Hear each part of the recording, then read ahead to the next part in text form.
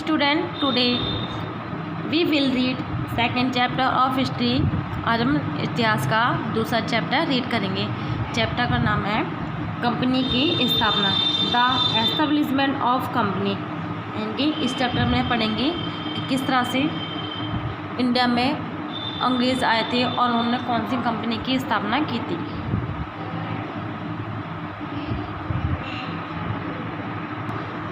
देखिए, फर्स्ट हम पढ़ेंगे इंट्रोडक्शन। प्राचीन काल से ही भारत का विदेशों से संपर्क रहा है। 16वीं शताब्दी से भारत से व्यापार करने के लिए यूरोपीय शक्तियों ने भारत आना प्रारंभ किया। यानी कि भारत का जो विदेशों से ही शुरू से ही विदेशों से संपर्क रहा है, लेकिन 16वीं शताब्दी से यूरोपीय शक्तियों ने धीरे धीरे भारत आना प्रारंभ कर दिया था। अंग्रेज़ व्यापार करने के लिए आए थे, लेकिन धीरे धीरे करके इन्होंने भारत में अपना राज्य स्थापित करने लगे। इसमें हम फर्स्टली पढ़ेंगे वाणिज्यवाद। वाणिज्यवाद का आशय व्यापारिकता से है। यह एक ऐसा सिद्धांत था जिसकी यह मान्यता थी कि किसी देश की संपदा उसके पास उपलब्ध मूल्यवान धातुओं, विशेषतः स्वर्ण की मात्रा पर निर्भर करती है। संपत्ति अर्जित करने के लिए प्रत्येक देश को अधिकतम मात्रा में वस्तुओं का निर्यात करना चाहिए तथा अपने आयात को सीमित रखना चाहिए। यानी कि उनका यह था कि अपने देश की संपत्ति को बनाने के लिए जो अपने देश की वस्तुएं हैं उनको अधिक मात्रा में बाहर भेजना चाहिए और दूसरे देश की वस्तुओं को कम खरीदना चाहिए, जिससे कि हम अपने देश की वस्तुएं बाहर भेजेंगे तो वहाँ से हमें पैसा आएगा, इससे हमारे देश की उन्नति होगी। यूरोप में भारतीय मलमल, शोरा, मसालों, रेशम वस्त्रों, नील मोती, मूल्यवान रत्नों आदि की बहुत मांग थी। नेक्स्ट, व्यापार युद्ध। भारत में पुर्तगालियों का आगमन। यूरोप से भारत के लिए एक नया वैकल्पिक मार्ग खोजने के प्रेरणा पुर्तगाली रहे।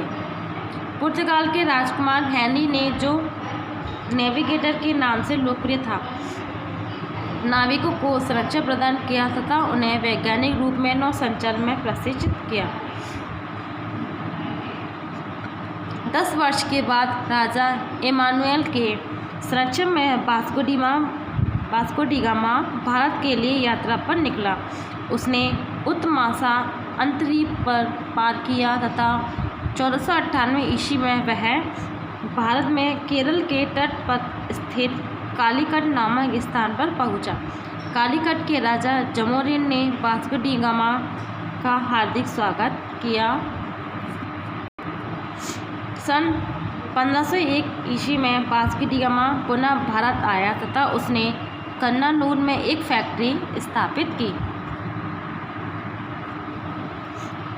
पुर्तगाली लोग कोचीन, कालीकट तथा कन्नानूर में अपने व्यापारिक केंद्र स्थापित करने में समर्थ थे। डी अल्मीडा को भारत में पुर्तगाली उपनिवेशों का प्रथम वायसराय नियुक्त किया गया।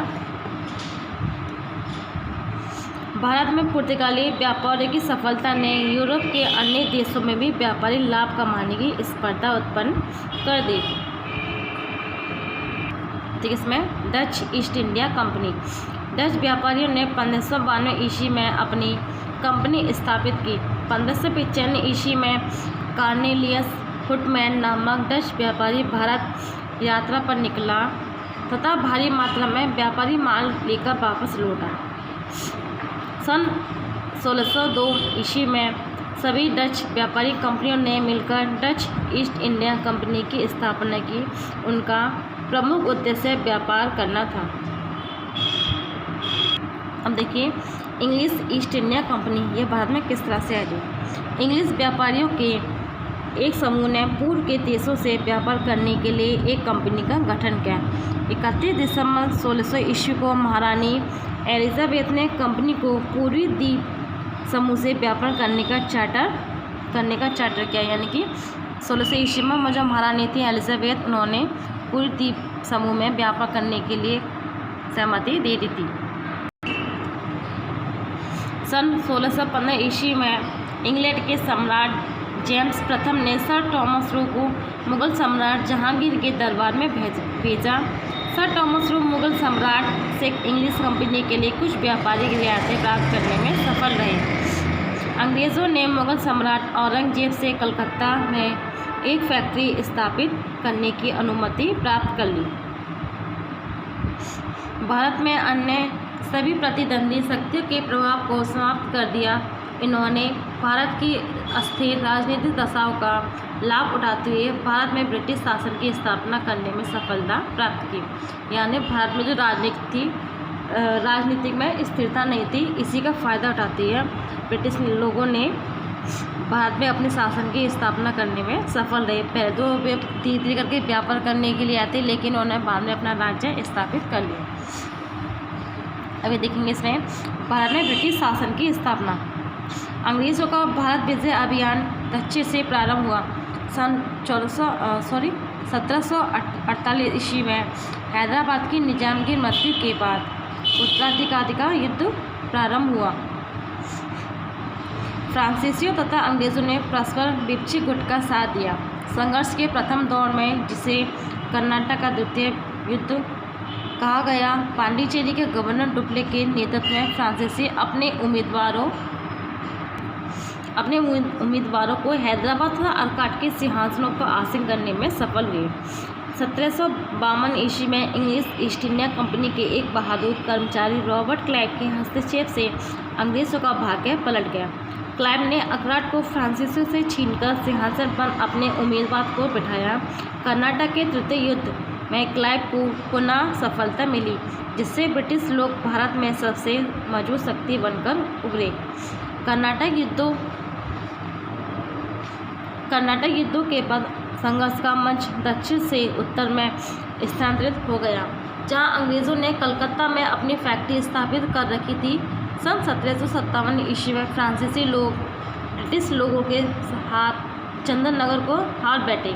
इसी वर्ष क्लाइव ने प्लासी के युद्ध में बंगाल, बिहार तथा उड़ीसा के नवाब सिराजुद्दौला को हराकर भारत में ब्रिटिश साम्राज्य की स्थापना की।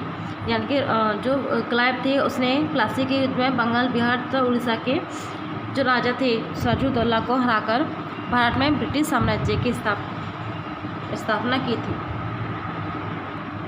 नेक्स्ट है हमारा बक्सर का युद्ध। बक्सर का युद्ध अंग्रेज़ों तथा मीर कासिम, मीर जाफ़र का दामाद, शाह आलम मुगल सम्राट तथा शुजा-उद-दौला अवध का नवाब की संयुक्त सेनाओं के मध्य लड़ा गया। प्लासी के युद्ध के बाद अंग्रेज़ों ने मीर जाफ़र को बंगाल का नवाब बना दिया था, किंतु वह अंग्रेज़ों के हाथों की कठपुतली मात्र रहा था। अंग्रेज़ों ने उस पर प्रशासन में उपेक्षा का आरोप लगाकर 1760 ईस्वी में उसे अपदस्थ कर दिया, यानी कि पद से हटा दिया गया था। मीर जाफ़र के स्थान पर उसके दामाद मीर कासिम को बंगाल का नवाब बना दिया गया। अवध के नवाब शुजा-उद-दौला तथा मुगल सम्राट शाह आलम के साथ मिलकर एक संधि की। तीनों की संयुक्त सेनाओं ने 1764 ईस्वी में बक्सर में अंग्रेज़ों से मुठभेड़ की, किंतु संयुक्त सेनाओं की भारी पराजय हुई। इतिहासकारों ने बक्सर के युद्ध को बहुत महत्व दिया है। नेक्स्ट इज इलाहाबाद की संधि। देखिए संधि किससे कहते हैं, हम इसके बारे में पढ़ेंगे। इलाहाबाद की संधि वो होती है जो दो लोगों के बीच आपसी समझौता होता है, उसको हम संधि के नाम से जानते हैं। बक्सर के युद्ध की समाप्ति पर अंग्रेज़ों के नवाब शुजा-उद-दौला के साथ एक संधि की। इस संधि के अंतर्गत नवाब ने इलाहाबाद तथा कड़ा को अंग्रेज़ों को सौंप दिया तथा 50 लाख रुपये युद्ध के हर्जाने के रूप में देना स्वीकार किया। क्लाइव तथा मुगल सम्राट शाह आलम द्वितीय के मध्य 12 अगस्त 1765 ईस्वी में इलाहाबाद की संधि पर हस्ताक्षर हुए, जिसके अंतर्गत मुगल सम्राट को कंपनी के संरक्षण में ले लिया गया तथा उसे 26 लाख रुपये वार्षिक पेंशन दे दी गई। इलाहाबाद की संधि द्वारा बंगाल में नवाब की सत्ता समाप्त हो गई थी तथा वहाँ दोहरी सरकार की स्थापना हुई, यानी कि वहाँ दो तरह की सरकार की स्थापना हुई थी। ये देखिए मराठों के पतन के कारण, causes of the downfall of the Marathas. मराठे बहादुर तथा निर्भीक लोग थे, तथापि उनकी सेना मजबूत थी तथा उनका साम्राज्य विशाल था, फिर भी वे अंग्रेज़ों के विरुद्ध सफल नहीं हो सके।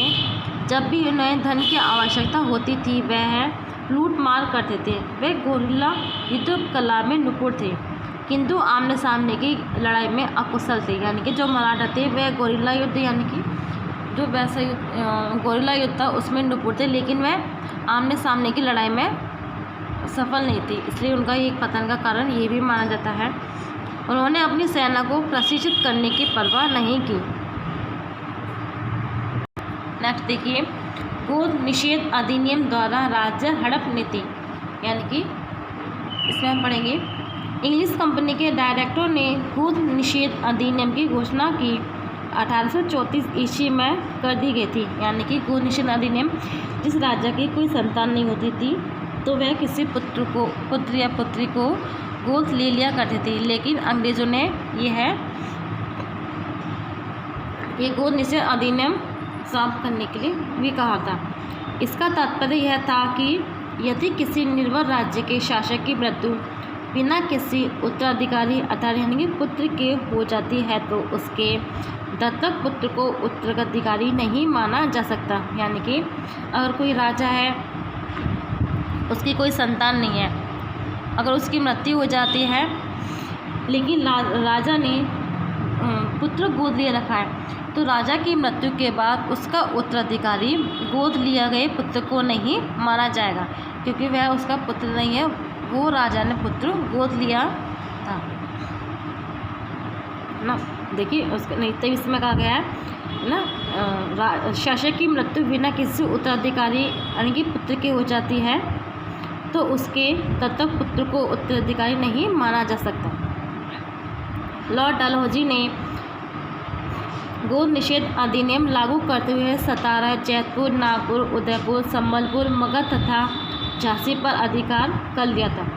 कुशासन का आरोप लगाते हुए बरार तथा अवध पर भी अधिकार कर लिया गया।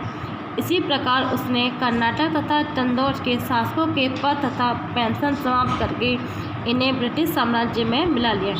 देखिए